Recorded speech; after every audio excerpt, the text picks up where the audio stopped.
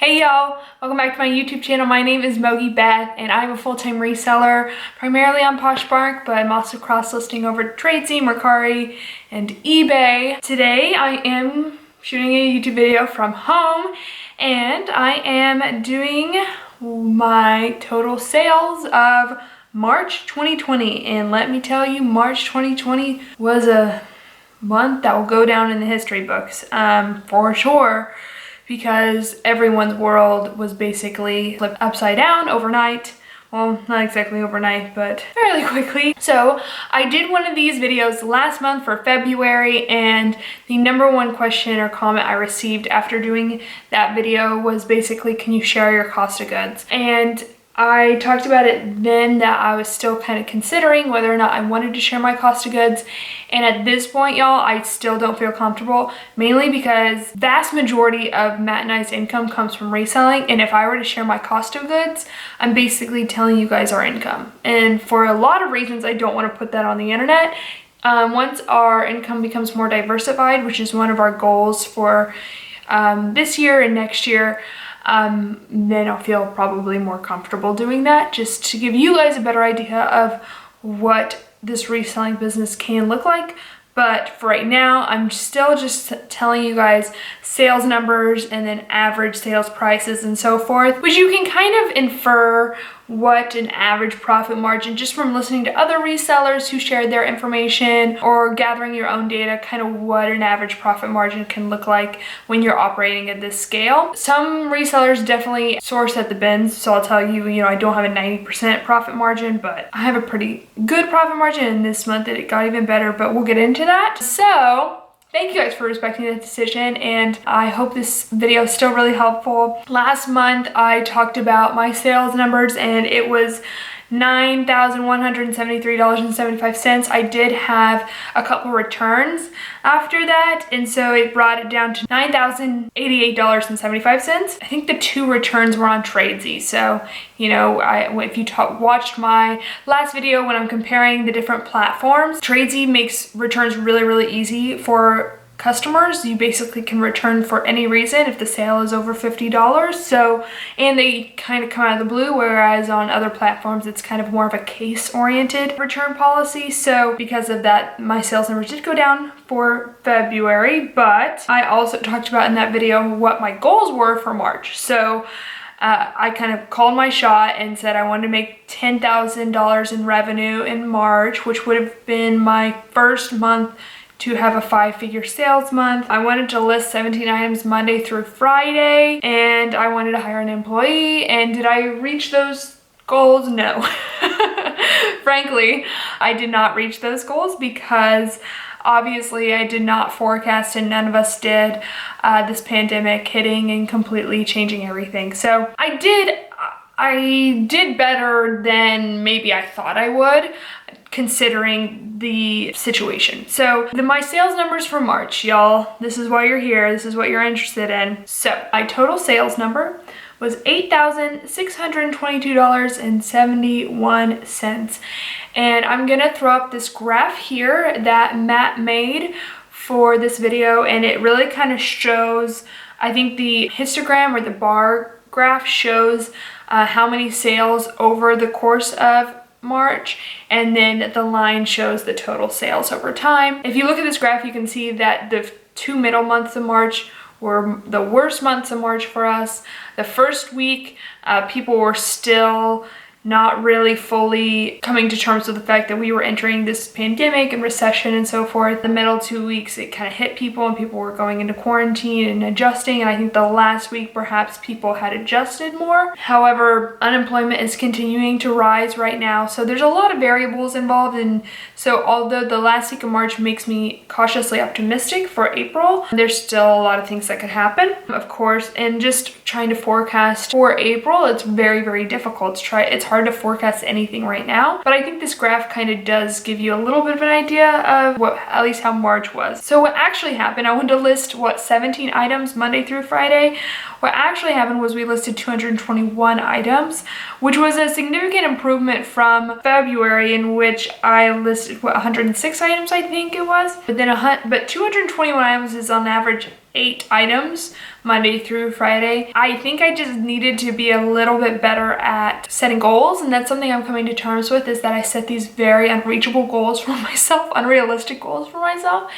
And I think if you watched our video, the Q&A video, that's something that Matt expresses, like his frustration with deadlines, because I'll set these goals or these deadlines that are just completely unrealistic and then I never hit them. So yeah, 221 items listed. Since we didn't really have the help that I thought we were going to have during the month of March, you know, that definitely played a factor too. But 221, definitely an improvement, but not where we need to be. I want to be really aggressive with how much we list this month, so we'll talk about that later. At the end of the video, I'll talk about the goals for April. So in February, I sold 181 items, and in March, I sold 169. So it went down. March was the first month in 2020 in which I had a surplus when it came to my listing to sales ratio, just meaning I listed more than I sold. And I think that's actually going to continue on into the summer and surely over the next few months, but you know, we'll see. My average sales price for February was $50.21, I believe. And that number might have changed from my last video just because of the different returns and so forth. I'm not sure, but it was a little over $50. I think in that video I said $50.13, whatever. Around a little bit over $50 in February. This month it actually increased to $54.23, so that was good. And I think that's also because, and we'll talk about it later, I had a few really good sales. We also saw a really good improvement in the average days, or the median days an item was listed before it sold. That might have been just because we listed a lot more, but last month our average sales days was 132 and our median was 74. But this month our average sales days was 113 and then our median was 44. And the reason I just include a median is because I think that's actually a better indicator of how items are performing generally, because you don't have those outliers skewing the average. So that's great. I'm really happy with that. I mean, if we could get our median to a month, I think that would be wonderful. So definitely improvement there. Not all bad news, right? Okay, so last month I went over the top 12 brands that sold best for me. This month I'm going to just condense that a little bit because frankly that was kind of brutal to edit. And I don't think it was necessarily that helpful. Just wasn't that exciting of a segment. So I'm going over my top 3 brands.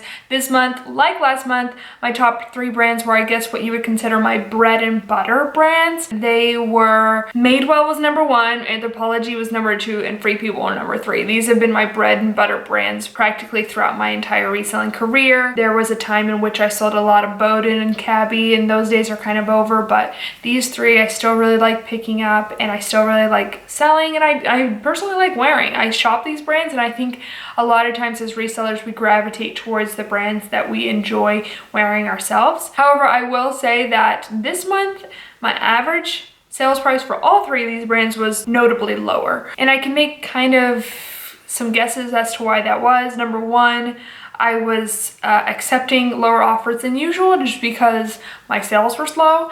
And then number 2, I think right now buyers have more time on their hands but have less money. So they are searching for deals and sending more aggressive offers.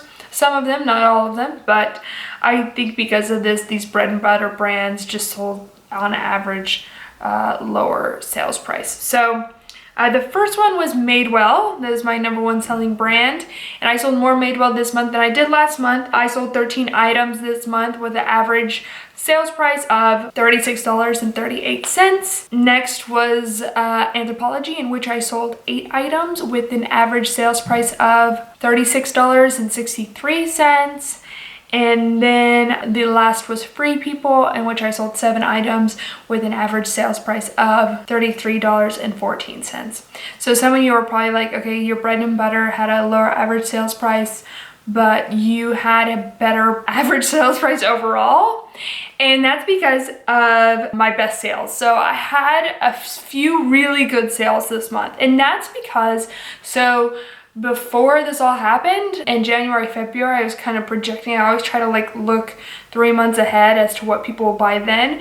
And I was saying, okay, people, that's gonna be wedding season, that's going to be prom season, that's going to be, you know, graduation season. People are going to be wanting to buy cocktail dresses, party dresses, and gowns. I made an effort to find and source a bunch of them, and then I received them in March, and then I listed them in March, you know, after kind of this whole pandemic went down, and I was like, okay, well, great, no one's going to buy these. And I still actually sold a few, so that was really, really good. And it just goes to show that people are still buying these things and that you should still be listing these things. My number one sale, I'm gonna go over the top 3 sales from March and then the worst 3 sales from March. The top sale was my best sale ever, which was really exciting, and it came during a time like the 3rd week of March, which was so slow, and I was in such a demoralized place that this sale really picked me up, and I was like literally doing a happy dance and like texting my best friends who aren't even resellers. So I sold this Pat Bow dress for $400, which is again my high sale ever, and I sold it on eBay. It went to a buyer in Beverly Hills, so you know there are people sitting in Beverly Hills who are shopping on eBay, and don't forget that. I think it's very motivating for me to remind myself of that. I received an offer on this dress. I think I had it listed at $500. I received an offer for $400, and I accepted it right away. It did actually have a small flaw on it. It was new with tag, but I was so happy about this sale. Again, happy dance. And my next sale, I was excited to be able to source this dress, really. It's this Tag retrofit Gabrielle robe dress and unicorn stripe.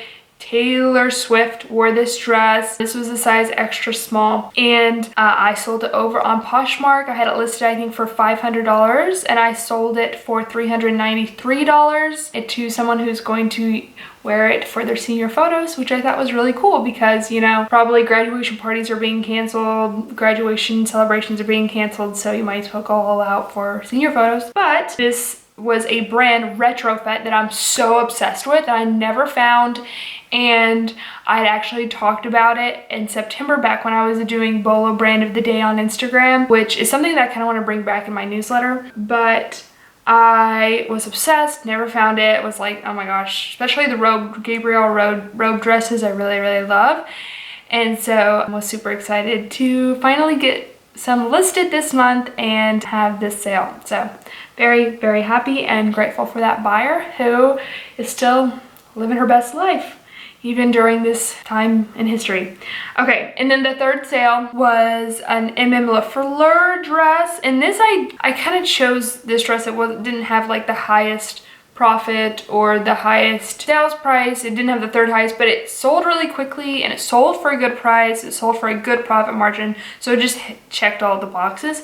It's this Lafleur dress that I had thrifted at Goodwill, bought it for a good price, and it sold on eBay. I had it listed for $100, and I got an offer for $82 and accepted. If you don't know about this brand, it's a really good one to know. Great career wear type dresses and pieces. I learned about this brand a long time ago from Nicole State, so who I now can call my friend, which is really cool. I've been following her forever. So shout out to you, Nicole. Thanks for teaching me about this brand probably like years ago. And then I finally found it here in Portland, so that was cool. And sold it this month, which is nice. All right, so those were 3 dresses, 3 great sales I was very happy with. But now the dreaded worst sales of March. So the first worst sale of March was the item that had been sitting in my Poshmark closet the very longest. The worst sale award for March goes to, drumroll, these Dansko sandals. Dansko black leather Velcro sandals, which you can use the term Velcro on Poshmark apparently, because I used it back in the day when I listed these. Oldest item in my closet. I picked them up when I was thinking at the time anything and everything Dansko sold, so I just saw, you know, a Dansko logo on basically any type of shoe at any condition, I would pick it up. It actually did do well for me for a while, but this particular pair of shoes sat and sat and sat and sat, and you know how long it sat? 712 days. 712 days. What? Most people would have given up on these shoes after 712 days, but you know what? I decided to hold on to them so I could sell them at a loss for $7 with discounted shipping. So, you know, I don't know about that. I don't really have a strategy for offloading old inventory. Emily Munn, my really good friend Emily Munn, has a great video on it. I'll link it down below, or if I can link it on the screen, I will. But I just kind of hold on to inventory until it sells. And to me, it doesn't really cost that much. I don't have a storage shortage issue. It does cost, you know, money to list, I guess, and money in the sense of it takes my time, and then it takes my time to share those items. So I want to be more selective with what I choose, but I don't really get rid of much inventory. And that might change, you know, in the fall or something, but right now I'm holding on to everything I have because I want to make money from it if I can, or at least make my money back. So anyway, I regret picking these up because I had them for so long, but I'm grateful. Shout out to the person who purchased these because you really did me a solid, and I am grateful to you. My second worst sale of March I also sold at a loss. It was this Anthropologie Everly striped boat neck top. I paid way too much for this top, and I even knew that when I was putting it in my cart, like to check out. When I pulled it out of my cart at the checkout, I can remember it distinctly. I was like, I shouldn't get this. I should put this back, but I didn't. Whatever. Just listen to that inner voice. Like, if it's inconvenient to put something back, do it. Anyway, never pay up for Anthropologie basics like this one. I think it's great, and I think the reason I bought it is because I used to be up until very recently, was so obsessed with stripes. And I have so many stripe things in my closet still, to this day. But so when I saw this, I was like, oh, that's so cute. And I picked it up, and it sat for 456 days. So never again. I had it listed at $25. I think that was down from when I originally listed it, and it sold for $14 with discounted shipping. So if that gives you an idea of how much I paid up for it, you know, if you can find something like that for like $1 or $2, it might be worth it. But for how much I paid for it, it was just simply and certainly not worth it. So still, I think it's cute, and I'm grateful to whoever did buy it. All right, so the last worst sale of this month, I actually did not sell at a loss, so yay, but it's definitely worth mentioning anyway. It was these new without box Lucky Brand Emmy flats in black leather. I think it was a size 6. I've sold this style, the Lucky Brand Emmy flats, so many times throughout my reselling career, and there was a time in which they would sell super fast, but I think that time has come and gone because these took how long to sell? 467 days to sell. They did sell for $28 with discounted shipping, which isn't bad for this style of shoe, but I don't think I'll be picking up this style anymore. I haven't been picking up this style anymore, and I don't think I'll start anytime soon. So leave your comment down below if you disagree, if you still are having a lot of success with the Lucky Brand Emmy flat. I see it a lot of times at the thrift store, but yeah, I've kind of said bye. The only Lucky Brand shoes I really buy anymore are mainly like boots and maybe sometimes wedges or heels if they're really, really cute. Okay, well that's all the data, all the sales numbers, all the kind of information that I wanted to share. But right now I just want to go over a few recommendations that I'm really kind of trying to operate my business by during the month of April. I may look back on this video and say, wow, I did not follow those recommendations whatsoever. Things are changing by the day. Who knows what May 1st is going to look like, but I think it's still good to come up with some kind of guideline for yourself, some goals, which I also want to go over. Just for me, at least personally, it is helpful just because it gives me some sense of normalcy, some sense of control during this very uncertain time. So I think as resellers, we are very, very lucky to be able to continue to work. So many people are losing their jobs. Unemployment is rising. And so being self-employed is hard during this time, especially with health insurance and everything. You know, obviously a lot of our businesses are taking a hit. You know, I feel so privileged just to be able to still make money, have an income, and be able to work. To be healthy and able-bodied is such a privilege. To have a job is such a privilege. And so I just really have so much gratitude right now. I have so much gratitude for the people who work in essential industries, who work in healthcare. I literally just wake up every day thinking about them because I just honestly can't imagine what that's like. It gives me a lot of perspective because, you know, though times are hard and difficult right now, and clinging on to that and sending positive, loving energy and gratitude to them is the only thing that's really helping me move on and move forward. And anyways, I could go off on a tangent about the different ways that, you know, this pandemic has definitely changed my perspective on a lot of things. For now, and the way that we're operating our business, we are working our butts off. We're working harder than ever.